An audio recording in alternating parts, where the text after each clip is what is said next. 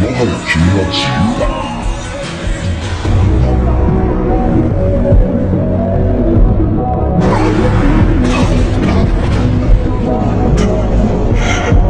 私を置いていかないで。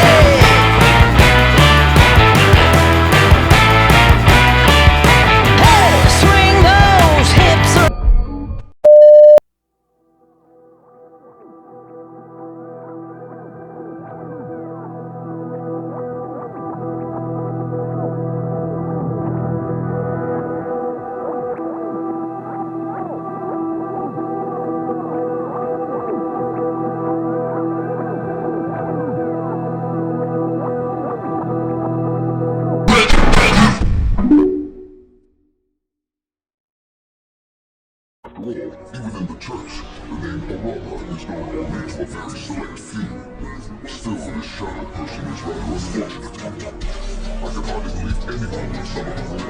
She was known as the most powerful witch in all of history. A lonely man such as him will be utterly helpless against her. I'm not so sure.